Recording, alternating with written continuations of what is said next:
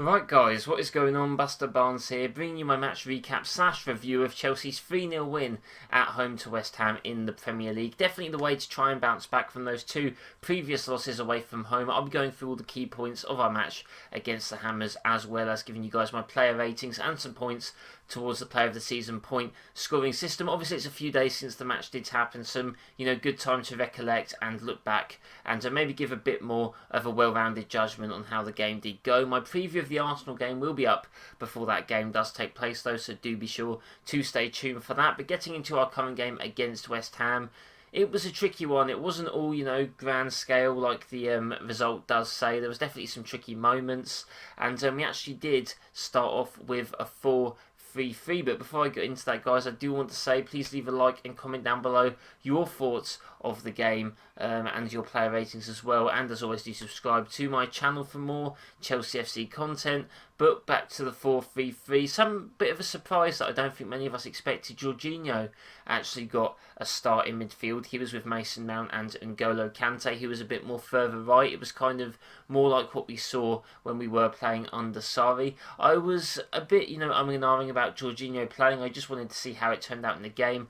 And it wasn't necessarily that great a decision. We all know that West Ham are a big team, they're a physical team, and I'm not sure Jorginho necessarily catered to that. I mean, also he's probably quite rusty, he hasn't played regularly for us, so tossing him into this match is never going to be too easy. But our defence, obviously lacking Reece James, because he has picked up an injury. Hopefully it's not for too long. I do think he'll probably miss the Arsenal and Villa games, but hopefully he can be back for the games after that. Yeah, other changes. Tammy Abraham was up front over Olivier Giroud, which surprised me, but I was glad to see because, Tammy's been playing well for us when he started games. So he just had that one unfortunate game versus Tottenham, and now people are saying that Giroud needs to be starting. And boy, did Tammy show why he should be starting his games. Pulisic and Werner were still on the wings. Ziyech not ready yet to be on the bench. But if we do get into the game, it was actually West Ham with the first opportunity, and they actually did have the ball in the back of our net, courtesy of Declan Rice. Made a very nice run from a free kick. They completely just outwitted us in that area. But he had his shoulder. His shoulder was offside. It was an immaculate finish, but yeah, close but no cigar it seems. And yeah, you know what? I don't really like the whole VAR, shoulder being offside thing. I think it should just probably be your feet, to be honest. But I guess I'm not going to complain in this instance, I do suppose, even though I do feel like West Ham were a little bit harshly done by in that regard. And it wasn't too long after that we actually scored our goal. Mason Mount putting in just a dreamy cross into the box, putting on a plate for Thiago Silva, who heads in his second goal of the season. Nice to see both our centre-backs scoring from set pieces so far this season, and it was Thiago Silva who got this goal. Yeah, it was just on a plate for him. Thiago Silva plays really well throughout the entire game, to be honest, made a lot of clearances, won a lot of aerials. I think that West Ham were trying to focus on him more in terms of the aerial battles, and he still, did well with, so credit to him. For his performance there. To be honest, a lot of the match continued 1-0, and a lot of it was mainly West Ham were, and they didn't really have too great performance really attacking wise. They had a lot of the ball, probably a lot more of the ball than we expected, but they didn't really create any sort of clear-cut opportunities. Mendy didn't really have to make any saves. They actually did have the ball in the back of the net once again with Bowen, but he did foul Thiago Silva. Yeah, that goal did not count either. So to be fair, West Ham could feel a bit, unjustly done, but to be honest, neither of their goals, I guess, under the current rules should have stood, so seems fair enough. It wasn't really until late on that we did get a goal through Tammy Abraham. It was actually Timo Werner who put in, I think it was meant to be a shot, which sort of he scuffed and it fell to Abraham, who just poked it past Fabianski.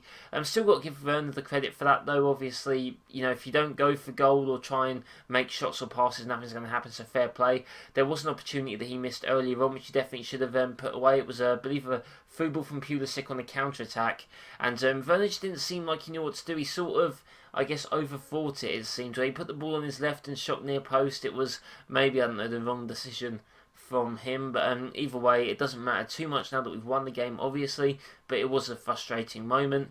Tammy Abraham actually got on the score sheet again to get a brace in this game. It was pretty much instantly after he scored the first goal, I think only about 3 or 4 minutes afterwards, that Mason Mount put a really nice and dangerous ball into the box.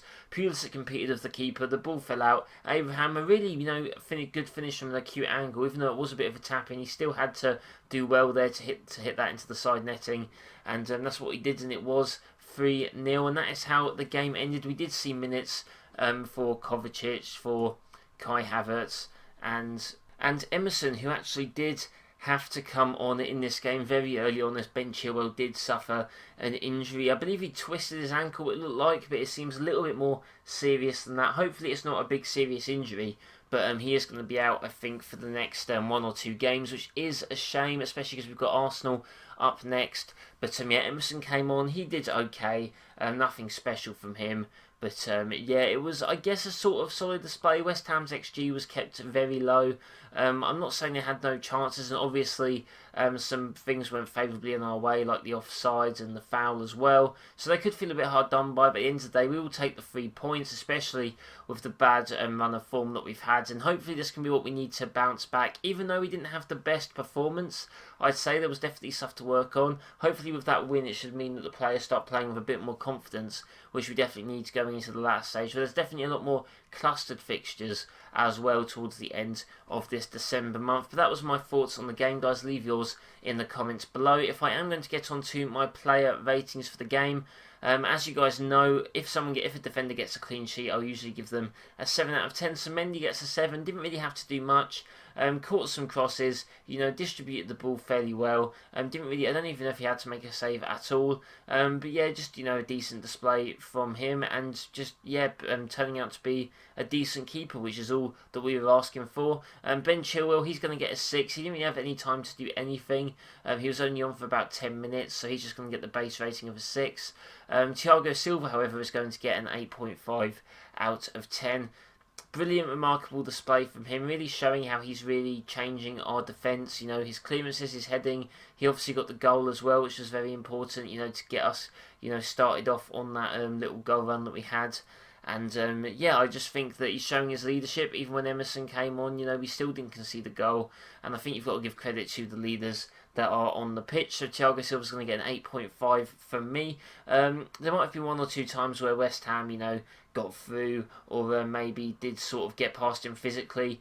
So that's why it's an 8.5, maybe not a bit higher, but it was still a pretty good performance. Did a double block as well, which actually winded him, so good to see him, fighting to stop the goals from going in. Kurt Zuma's going to get a 7, decent display from him, got the clean sheet. Not loads more to say, I just think it was a solid defensive display. Same with Azpilicueta. Now, he could have potentially got more, like a 7.5, but I don't know, it's probably because of rustiness as well. I'm not really blaming Aspi at all, but there was maybe 1 or 2 times where the ball got past him and sort of led to a dangerous sort of area for West Ham, and he did get outpaced by Declan Rice at one point, which isn't necessarily an awful thing, but it does worry me going into the Arsenal game, where they're going to play on the counter-attack and they're going to have some pacey players going forward. So that does worry me a little bit, but Aspi probably was a bit rusty, so hopefully he's got that out of the system. A solid display from him. He put in a lot of work, a lot of tackles, so fair play to him. Going into the midfield, Jorginho's going to get a 5. One of our weaker performances. He did the nice pass to Abraham, which caused some issues, but besides that, just sort of lost the ball a few times, just got dribbled past a few times. We know that he's not very mobile, and he only really suits sort of a Sarri-built system. In any other system, he doesn't really, I guess, suit it as a lone player. There was a point where he was doing all right under Lampard, but I do just think that Jorginho, unfortunately, is not the type of player that really suits our play style anymore. 5 out of 10. Like I said, though, it could be a bit of rustiness. Isn't playing every single game. But, not a great display from the Italian. And N'Golo Kante is going to get a 7.5. Pretty much one of those standard Kante performances, but it's crazy how they get overlooked now because we all just know how great he is, that when he puts in these great performances, we almost don't notice them. So, put in a lot of tackles, drove up the pitch well. Interceptions. I just think that Kante had a solid display, especially when he moved back into the deep role and Kovacic came on as well. It doesn't faze him wherever he's playing in the midfield. He's always going to do a job, and 7.5 is what he's going to get. Mason Mount's going to get an 8 out of 10. Got the assist for Thiago Silva's goal. is, one of our top players for tackles and interceptions, up for dribbles as well during the match. Just really a complete player at this point. Hasn't had a goal, I guess, in a while, but he's doing pretty much all the other work. He sort of had an assist as well for that second to Abraham goal. He put the ball in a dangerous area, and that is what made something happen. So you've got to give Mason Mount credit, always trying to make things happen, always trying to win the ball back. He had a very good game, and that's why he's getting an 8 out of 10. Going on to the front three, going to give Werner a 5. Would have given him lower, but he did get an assist to Abraham's goal. Whether or not it was intentional or not, like I said, if he's shooting, that means that things can happen, so you've got to give him credit.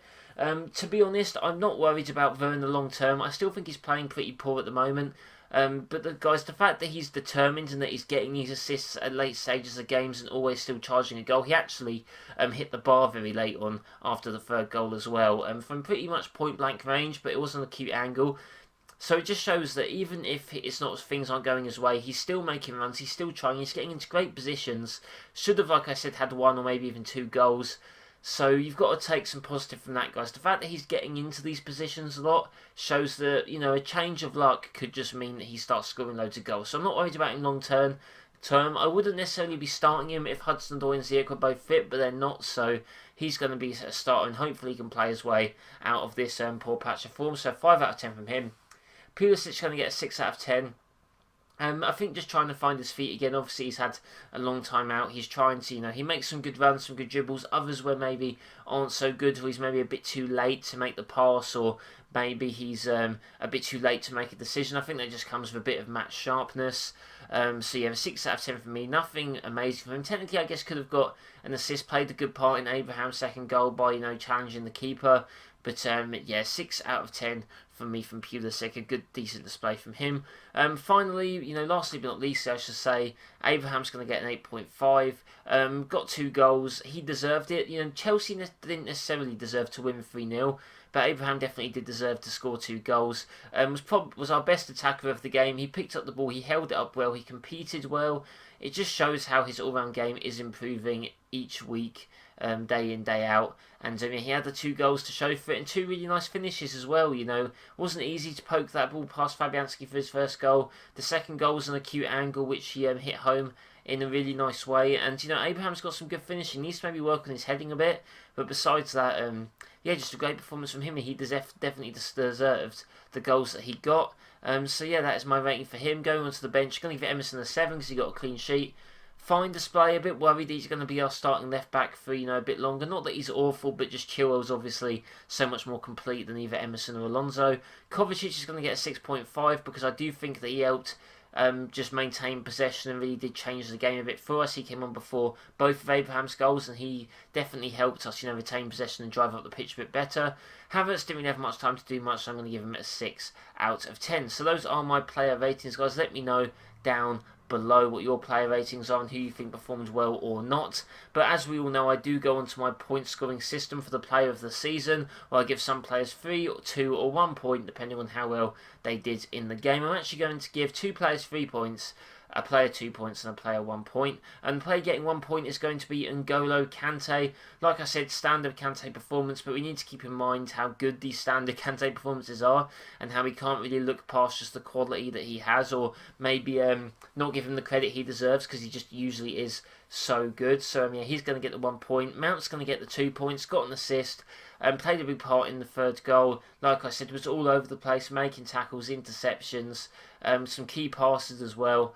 Good from set pieces. He's really just adapting and, improving his game like Abraham is. He's going to get the 2 points. Speaking of Abraham, it's going to be him and Thiago Silva getting the 3 points. I think Thiago Silva got the man of the match, but I really just couldn't decide between him and Abraham. They both performed great. Silva was amazing defensively. Abraham was definitely our best player going forward in terms of just all-round play, as well as obviously scoring the goals.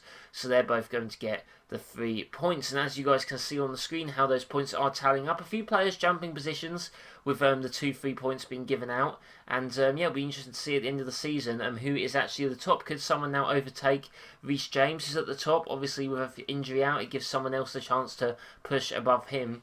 we shall see. But like I did say, guys, my preview for the Arsenal game will be out before that game does take place. I do hope you've enjoyed this video. Leave a comment down below of what you thought of the game and what you're thinking going into the Arsenal game as well. I'd love to know. As always, leave a like and subscribe for more Chelsea FC content. I do hope you guys have a nice day, and I'll see you next time.